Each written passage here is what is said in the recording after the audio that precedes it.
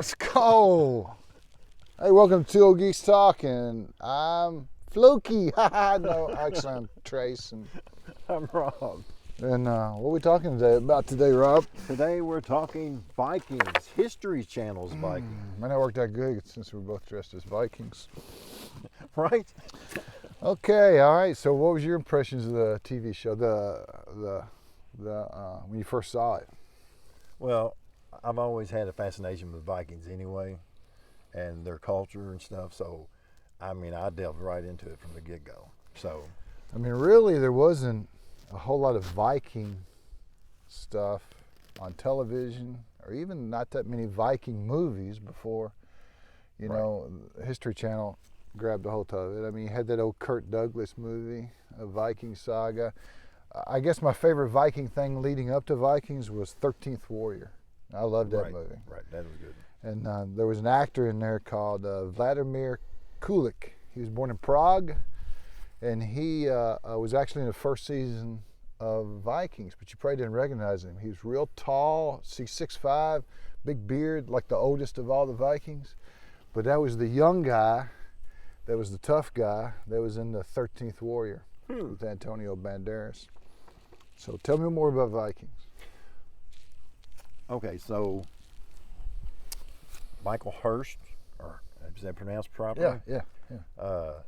He started writing a show about Alfred the Great, the king, and started delving into his ordeals with Vikings, or the Norwegian people. They really wasn't called Vikings until like centuries later. But he delved into it and was just enthralled by the people, their culture and things like that. So he just kind of ran with that instead. And that's how the show got created, was him studying. Yeah, I'd heard of him before. He'd done a TV show called Tudors. He'd done a couple of Queen Elizabeth movies that I watched. And so he wrote the show. It was actually filmed over in Ireland, the most of it. Now, do you know why? One reason why they chose Ireland? No. One of the reasons was because of the tax breaks they got over there. That makes sense. I got a chance to go over to Ireland. Before I went, I contacted Ashford Studios, the company that makes Vikings, and I asked if I could get a tour. I told them the dates I would be there, and told them I'd be willing to pay. And they said right now they really wouldn't set up for that. And I was really disappointed, but I was able to visit some of the filming sites. Kattegat, that's actually in Wicklow Mountains. The guy that makes Guinness, the family that makes Guinness, it's actually on his estate. It's a big lake, Loch Tay, I think is the name of the lake. And it's all private property, but I got a chance to see it. And unfortunately, all the sets were taken down by then.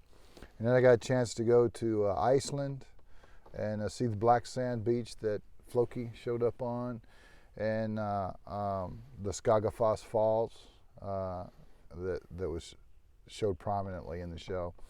So I guess the main characters would be Ragnar and his sons. What did you think about Travis Finnell? Travis Finnell did a fabulous job, and he did such a great job. They were originally going to kill him off pretty much within the first season, but he done such a fabulous job and got such a fan base that they decided to prolong his character's life in the show. Of course, for you girls, he's a handsome man, very handsome man. He don't do nothing for me. Well, he don't do nothing for me either, but he did so well with Calvin Klein when one of his first jobs was with Calvin Klein, and they literally had to take one of his billboards down in Melbourne, Australia, because it was causing traffic jams and accidents with the women in Australia. Well, I would say this about Travis Finnell. You could tell he's a natural actor. I mean, not saying that you couldn't study the skill and it's not a learned skill, right? But you could tell some people are just above and beyond. And like, he does a lot of acting with just his facial expression. So like if you're watching the TV show, lots of times he'll just roll his eyes or make a face, and there's no dialogue there. But he's just a fantastic actor. What do you think about Clive Standen, who played Rollo? Dude, that man has an impressive background as well. Good actor, and he's such a good actor you hate to dislike him at times, but you actually do because of things that he does in the show. But as far as his history, found out that what was the martial art he studied? The one where you do all the spinning and kicking? Taekwondo? No. Oh, capoeira? Or something. I don't know. Or Muay Thai? Yeah. Yeah. And he also is a gold medalist fencer, which I'm sure that wielding a big sword is a whole lot different than wielding a fencing thing. But still, that's quite impressive. I think he did an excellent job with the role.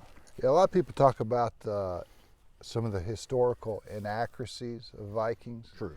And there are some, but you got to realize it's just for the most part, what Michael Hirst did is he took all the Viking sagas, he tried to squeeze them into one story of Ragnar and his sons. Right. I mean, he took over hundreds of years of history and shoved it into 6 seasons. Yeah, right. yeah. So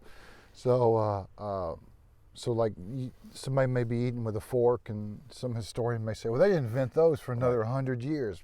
It's not that big of a deal. Not just that, but some of the things that happened to one character actually happened to other characters. Like when Ragnar popped up out of the coffin, and that was actually his son Bjorn that did that in real life. Yeah.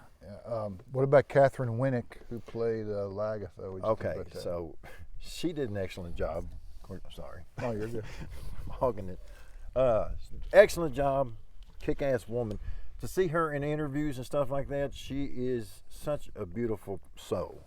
Happy-go-lucky, but in an instant, she could hand you your ass. Yeah, she's black belt in karate. Right. And taekwondo. She started studying at the age of 7. By the time she was 13, she was a black belt. By the time she was 21, she owned 3 dojos.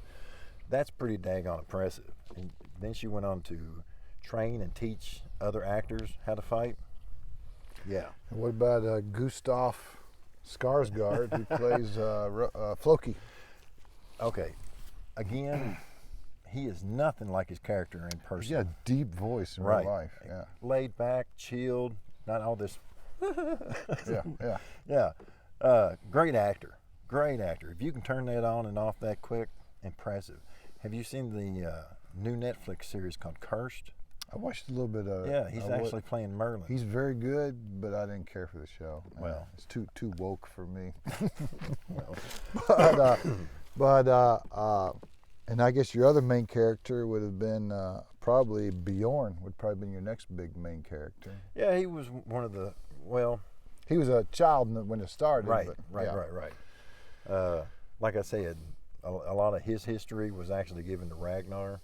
I don't know much about the young man, but man, he's impressive. I would not want to stand toe to toe with that guy. Yeah. Well, they so really the first series was about Ragnar and his sons, how Ragnar become from a farmer to an earl to a king to a legend, and they say they're going to make another. That Michael Hirst, now that the show's ended, that he's going to make another Viking show called Vikings Valhalla. It's supposed to be set 100 years in the future. It's supposed to follow Leif Garrison and William the Conqueror. Oh, okay. And some of those characters. So it'd be interesting. Just finished filming, and Kattegat is still filmed on the Guinness estate, and it's still going to play a major role in the film. So it's like a continuation of the original Viking series. So let's talk about. This is spoilers, obviously. Let's talk about deaths. So what about King Ragnar's death? What did you think about that one? That was epic. Not so much on how it happened. That's how it really happened in history, though. Well, the reason he went to England in history was because he was pissed off on how well his sons was doing over him, and he took 2 ships to invade England, which led to his death. That's how it happened in real history. But the way they done it and the speech that he gave. Yeah, it was good. Yeah. Travis Fennell said he was actually bit by snakes while he was down in the pit. Right, they wouldn't poison the snakes, but he also said one of the things that he disliked most about doing the scene was all the snake poop. Yeah. He said that was the worst part. Yeah, that was a fantastic scene. Lagatha's death. Now, it's a running joke that all the guys seem to get older, and Lagatha seemed to stay looking the same almost until the end. She eventually got white hair, but the way they aged the characters, the makeup artist did a fantastic job. And Bjorn's death in the final season, I thought that was powerful. The show could have ended right there as far as I was concerned, and I would have been satisfied. Yeah. I mean, that was great. It was just really odd the way they had him entombed. Yeah. And then Floki, he made it all the way to the end. Good old Floki. Right. One of the original cast made it to the very end. Well, Wardruna, they did a lot of the music. Travis Morris did most of the music for the series, but there's a band called Wardruna. It's Wardruna. I'll have a link down in the description, but definitely check them out. I mean, they do Norwegian folk music, and their music was featured heavily inside Vikings. And it's just a real primal music. It's impressive what they can do with the instruments they use. Yeah. Leather drums, horns. Can't think of the instrument that has the 3 strings, but just the melodies and tunes they can get out of those. Yeah, my granddaughter Skylar, she's a big fan of Wardruna, and she's like 2. But also I want to give a shout out. There's a group locally called Ufheden, and they're a stunt group, they're a performance group. They perform at Ren fairs, and whereas typically you go to Ren fairs and you see Vikings joust, that's like something you see at every Ren fair, but they put on a Viking show. I don't think you've ever seen it, but you really enjoy it. So a lot of locals put that on, and I'll have a link to their page too down in the description. And but if you ever get a chance to see them, definitely check them out. So I was just really impressed by the whole production of the thing. MGM did it, and they spent on the first season alone $40 million. Had over 360 people, crew members. I mean, and we're talking. We see what the actors went through, but you had cast members that were literally lugging equipment up these mountains and things. It was just. It's funny you see the battles in the first season, and they're like real small, and they keep getting larger and larger. To the last season, you have hundreds of guys in them, so that's pretty impressive. So let's see, what else do we want to talk about? First of all, who won the giveaway on the last video we did? Last video we did was Nightmare Before Christmas. Our winner is Alicia Rucker. Congratulations and good job. So contact us and we'll make sure we get that prize to you. And today we got a couple Viking giveaways. And so to be eligible, you have to be a subscriber, you have to like, and you have to comment. And then we'll pick from everybody that comments in a few weeks, and you'll get your prize. You want to talk about one of them? Sure, go ahead. Let's see. One of them is the only, I guess that's like one of the few Viking things. The only merchandise that I could find that actually was licensed by MGM for the Viking series. And it's a genuine plastic drinking horn.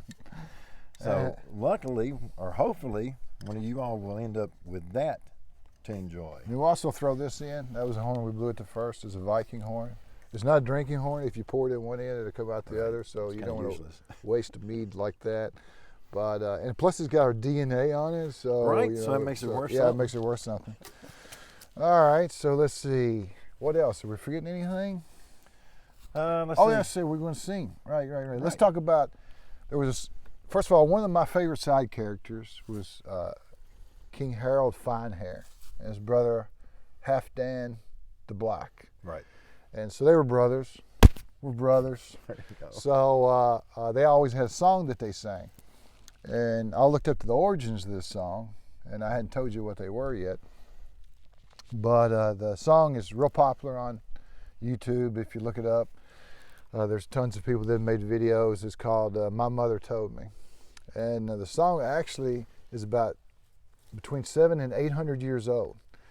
And the Icelandic sagas, there's a saga called Egil Saga about a family that went from Norway to Iceland, and they had a son named Egil, and their son Egil, when he was 7, he was wrestling a boy that was 10, and the 10-year-old beat him, and he got mad, and he went back to the house and got an axe and come back and killed the 10-year-old. Everybody was very angry with him, except for his mother. And his mother told him, one of these days, son, you're going to make a great Viking. So Egil went back and he jotted down like a little poem, and that song comes from that poem. And so we'll close out today. We'll sing that. Okay. All right. You ready? Need to get your axe out. Yeah. No, let me take a drink though. Okay, you ready? My mother told me someday I would buy galley with good oars, sail to distant shores, stand up on the prow, noble barque I steer, steady course to the haven, hew many foemen, hew many foemen.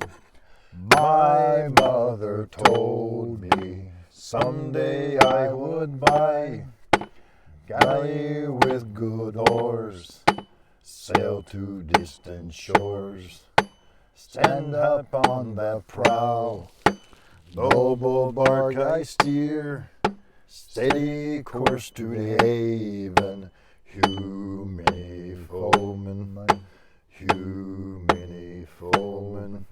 So whenever King Harold died, and the ghost of his brother showed up, and they sang that together, choked up a little bit, right?